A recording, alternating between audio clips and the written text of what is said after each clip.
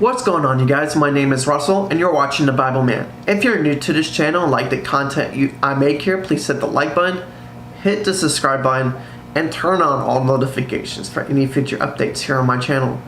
And if you feel like supporting me in any way, shape, or form, you're welcome to go ahead and do so. Links are in the description box below. There you can support me on Patreon. The title of this video is called 5 Biblical Things That Women Do Who All Guys Want. We're going to be in the book of Ruth. One biblical passage that details the qualification a man wants in his future wife is in Ruth. As we read this chapter together, we will create 5 principles that we can apply to this topic and how to prepare a great relationship in your future husband. So, before I start, if you are a single woman and you're seeking a relationship or a future husband, I think it's vitally important to prepare yourself while you're single and enjoying your days of singleness. If you are trying to find somebody, it's important to surround yourself around people who already have what you want. If you're seeking marriage, surround yourself around people who are God-believing and God-fearing people who already have what you want. If you're seeking to be a mother, surround yourself around mothers who already have what you want. It's important to practice these principles now so when you get what you want in the future, you already have an idea on how to maintain and keep the thing that you were searching for.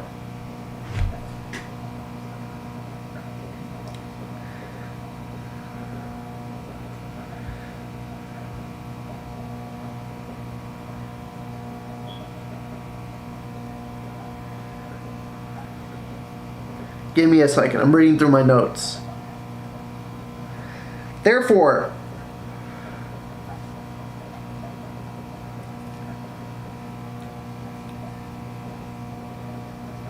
so I'm going to read a passage. If I skip over a couple of names, it's my bad. So here's what I want you to do. I want you to go to the book of Ruth, open up the book of Ruth, go to chapter 1 and highlight verses 1 through 5. Always open up the Bible yourself. Always read the Bible yourself to see if I'm actually being a false teacher. So go to the book of Ruth. I'll wait a couple of seconds. 1, 2, 3, 4, 5. Alright, good. You're there? Alright, we're going in. Bear in mind, there's some of these words I can't read, so if I skip over a few names, that's my bad. So one passage that details the qualifications a man wants in a relationship or in his future wife is in Ruth chapter 1. As we read this character together, we create 5 principles that we can apply to this topic and how to prepare for a great relationship with your future husband. In the passage of Ruth chapter 1 verses 1 through 5, in the days of the judges that ruled, there was a famine in the land, and there was a man of Bethlehem in Judea near Sojourn in the country of Moab, and his wife and his 2 sons. The name of a man was blank, and the name of his wife Naomi, and his name of his 2 sons were blank and blank. They were blank from Bethlehem and Judea. They went into the country of Moab and remained there. But blank, the husband of Naomi, died, and she was left there with her 2 sons. And these 2 Moabites wives, the name of one was Orpah, and the name of the other was Ruth. They lived there about 10 years, and both blank and blank died, so that the woman was left without her 2 sons or their husbands. So in other words, Naomi's husband died, Ruth's husband died, and Orpah's husband died. So they were left as widows. Principle: learn from women who already have what you want. Ruth was a Moabite woman, which means she grew up in an extremely wicked environment. Everywhere she looked, she was surrounded by every other man and women who were worshiping false gods. Jeremiah 48:29 states, "We have heard from the pride of Moab. He was a very prideful man of loftiness, and his pride of arrogance and loftiness and haughtiness of his heart." Therefore, Ruth must have noticed something different about Naomi. Therefore, Naomi lost her husband and her 2 sons. Something about her was extremely attractive to Ruth. Why else would she commit herself to Naomi passionately? So Naomi was in a situation where she lost her husband. Ruth lost hers and Orpah lost hers. So Naomi was clinging to Naomi because she saw something in Naomi that made her wanted to stay with her. So that's vitally important to understand, because that prepared Naomi for the future. Her loyalty to Naomi gave her the skills necessary for the future. So it's important to practice loyalty while you have the time to do so before you jump into a relationship, because loyalty is extremely important. As you read, you will see by reading about what happens between Ruth and Boaz in chapter 3 of Ruth, verses 4. Naomi consoles was very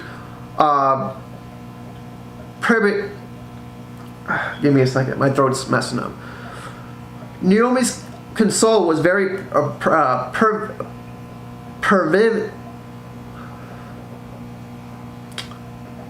encouraging. I'm just going to use that word, encouraging. Without Naomi in Ruth's life, she would have ended up like every other Moabite woman. So she helped Naomi grow, and she helped Naomi where she was in life, and she was like a mentor. But more than that, Naomi was Ruth's mother-in-law. But she saw something attractive in Naomi that made her want to cling to her.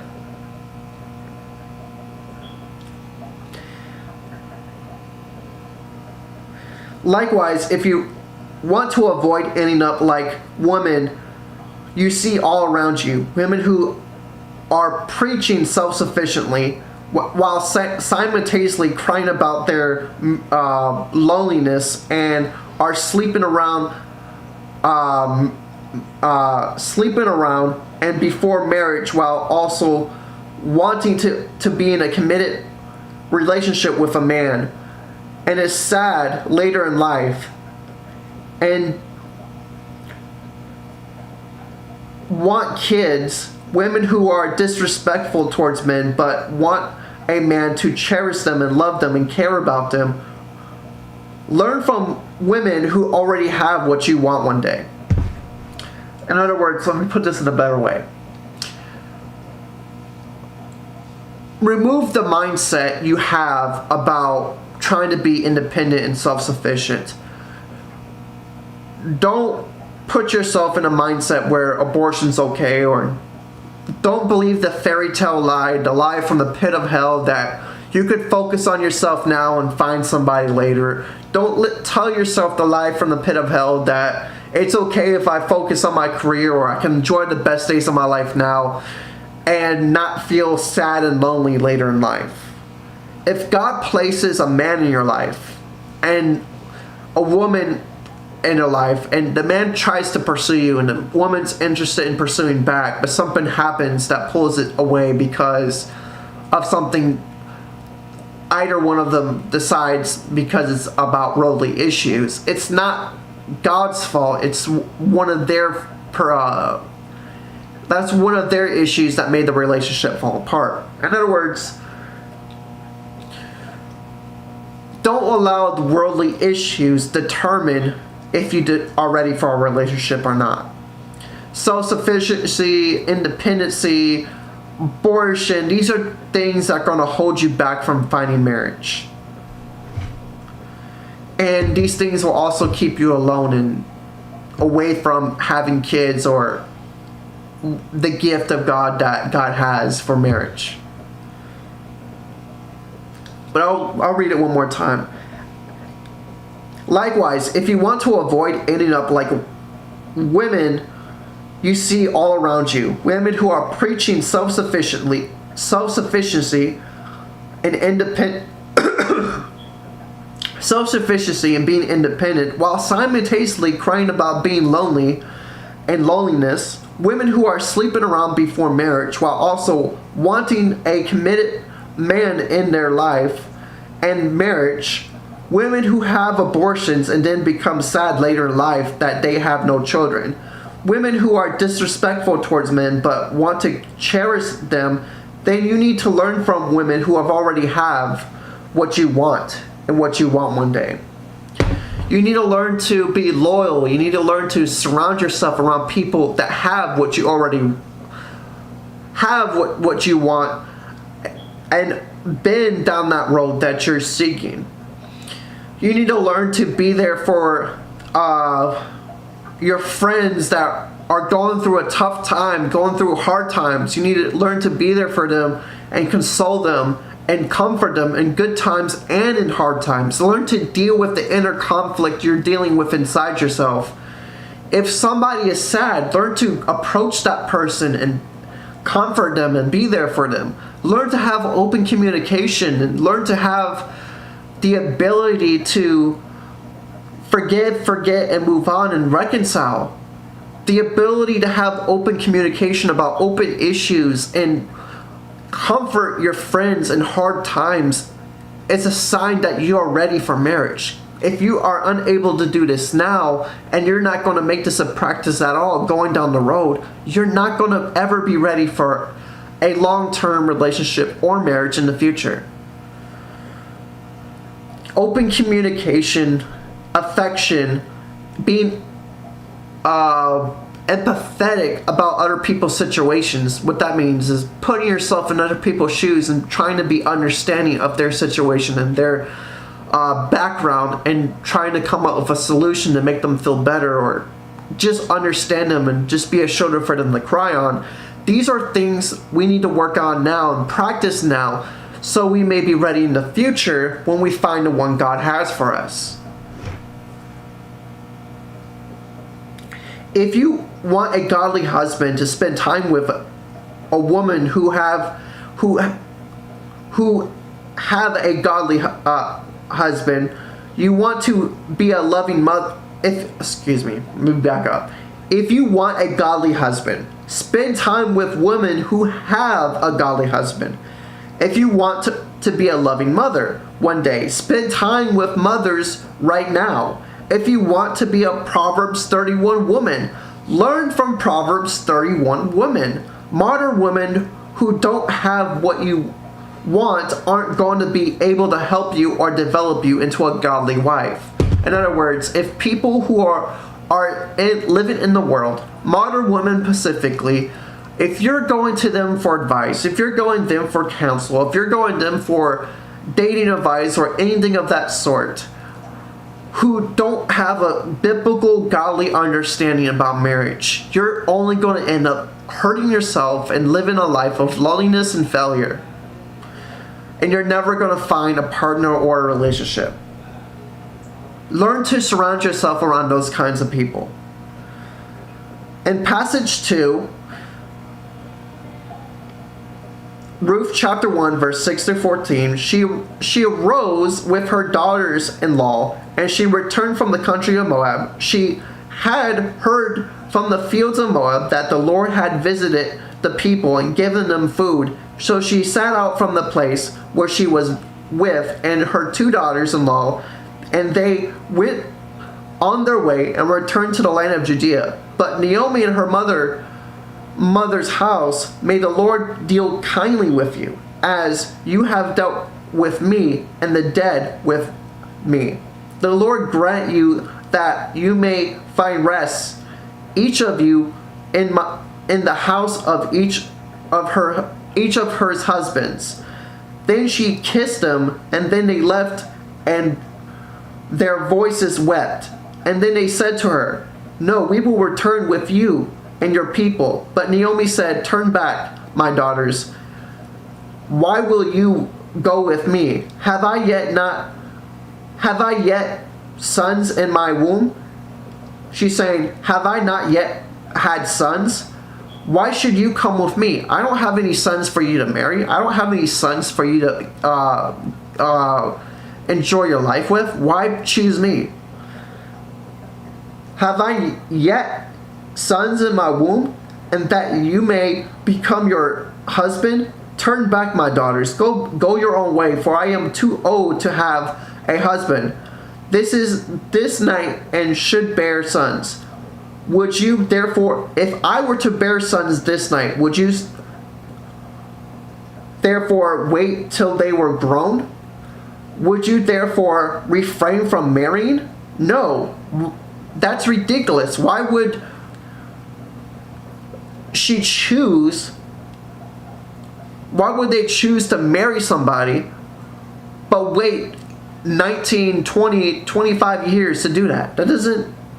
Naomi's making a very good point. No, my daughters, for it is exceedingly bitter for your sake that the hand of the Lord has gone against me. Then they lift up their voices and wept again. And then Orpah kissed her mother-in-law, but Ruth clinged to her. Principle: choose the best spiritual path, even if it's not the easiest path. Sometimes when we want to find the one God has for us, we gotta choose the best spiritual path. Sometimes the best spiritual path isn't always the easiest path. Sometimes we gotta take hard paths in order to get the path God has in store for us. Like Jesus said, the way to heaven is narrow and short, but the way to hell is wide and broad. Sometimes in life, if we want to find a godly spouse, we gotta choose the narrow path rather than the broad path. And that was something Naomi said to both Orpah and Ruth. Go back to your family. Ruth chose to stay with Naomi, while Orpah went back. So one thing, again, I should bring up is learning to practice loyalty.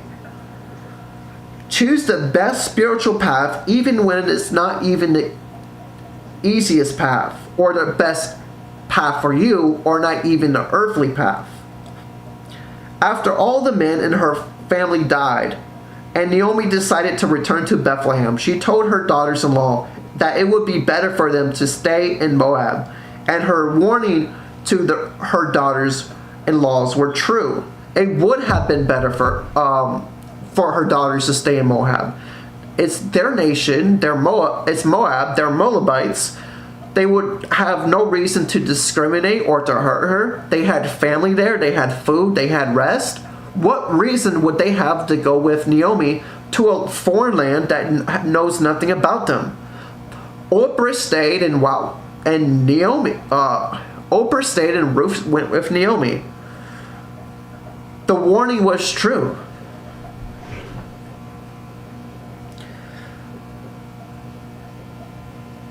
It would be better for them to stay in Moab. And her warning to her daughters-in-law were true. It made no earthly sense for them to stay with her and leave their homeland, being a widow. Remember, both Naomi, Orpah, and Ruth are widows. Being a widow, it would be hard enough being a widow from a foreign land and surrounded by people who have no nationality or alliance to help you, is surrounded by people who have no nationality or an alliance to help you is much harder. At least in Moab, these women had family who could help them and provide for them. By going to Bethlehem, they would be making their bad situation even worse. So I want to add this to it. When searching for your wife, this is a perfect example. They had the option to live the easy life, but they went to a land which they had no idea about. You know how much faith that takes? Sometimes when we find the one, we gotta act on faith. We gotta have faith that things are going to work out. We gotta have faith that things are just going to come together. We gotta have faith that things are just going to, all the pieces on the table are going to come together and work out the way God has in store for it.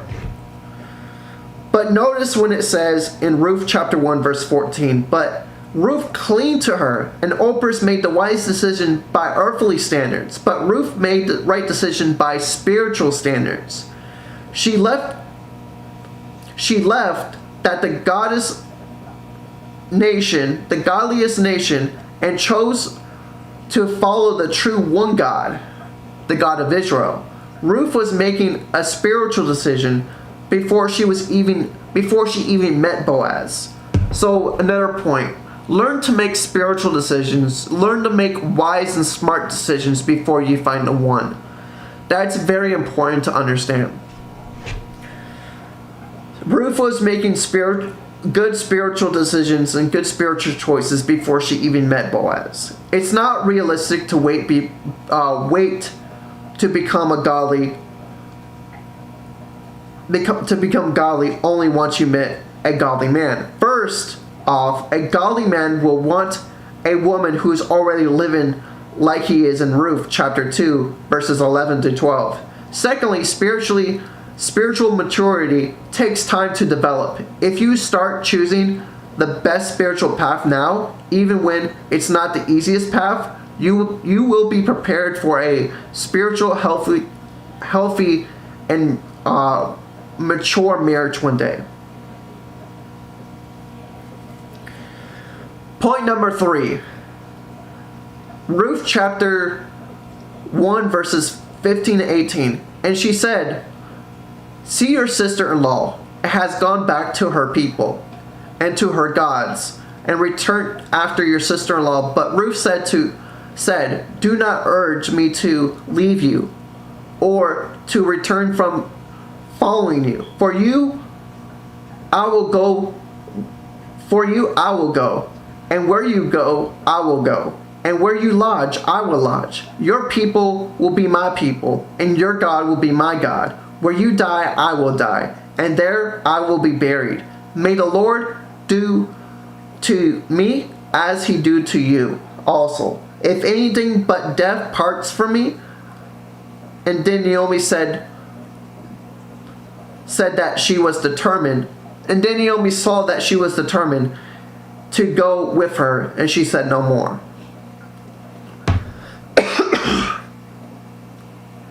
So from that passage, I want you to understand, learn to be loyal before you have a husband to be loyal to.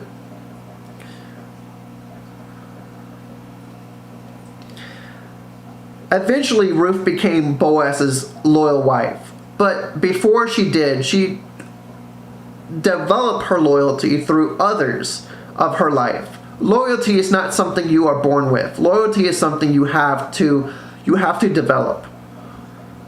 Ruth was determined, and she was a very determined woman. In Ruth chapter 1 verses 1 through 18, and the trials later benefit her once she met Boaz. There is nothing more attractive to a man than a woman who is loyal to him. In Ruth chapter 3 verses 10, to a loyal woman means to reject other men and to keep by you and to keep you and to support you. This man, I'll put it like this. To be loyal to a man is to support you, to be there for you, to be by your side in good times and hard times. There's nothing more attractive to a man than a woman who is loyal to him and him alone. Yes, there's nothing more attractive to a man than a woman who is loyal to him and him alone. To be a loyal woman, you must be able to reject other men and keep supporting this one man. Even when he is going through hard times, you have to go through his poor seasons and his seasons of wealth. You have to stay faithful even in his mental health. It is bad and when it is good. Through loyalty, you get to experience his losses and his victories. If you do this for him, he will love you with all his heart. These are qualities and applications you women can apply to grow, but also work on your marriage, but also prepare yourself for a future husband one day. If you want a godly husband to love you with all of his heart, you have to be loyal in return. You have to be a loyal woman.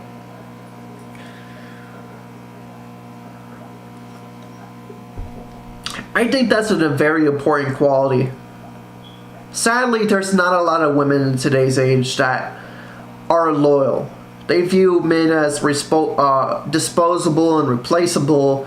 We got the self-sufficient movement, the independent movement. A lot of women just have fallen from the grace and don't understand the biblical concept of marriage. And that's kind of sad. And point 4, Ruth chapter 1 verses 19 and 21. So the two of them went on until they came to Bethlehem. And then they came to Bethlehem. The whole town was staring because of them. And the woman said, "It is Naomi." She said to them, "Do not call me Naomi. Call me Mara, for the Almighty has dealt very bitter with me. I went away full, and now the Lord has brought me back empty. Why call me Naomi when the Lord has testified against me, and the Almighty has brought calamity upon me?" Principle: let God transform you through the pain you go through. Application: pain will always change you. It can change you into a worse version of yourself, or it can change you into a better version of yourself. I'll repeat. Pain can change you into a worse version of yourself or a better version of yourself. But it will change you. It will follow God through the pain. If you follow God through the pain, he will use the pain to transform you into a more better and more perfect image that God has, that he wants you to be.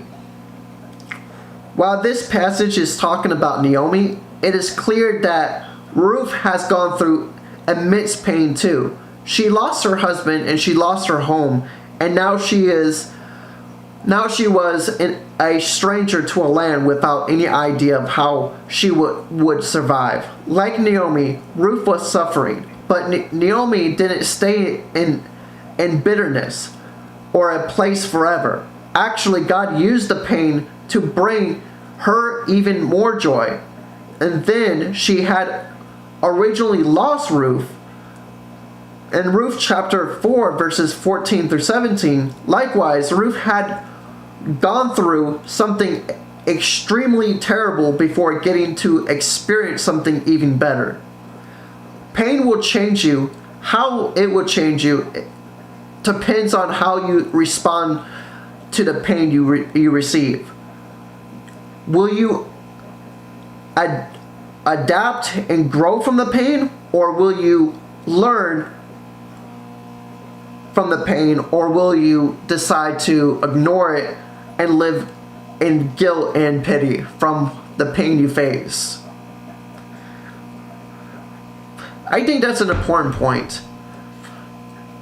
When we go through pain and suffering, we oftentimes grow from it, but there are those occasions where we don't grow from it at all.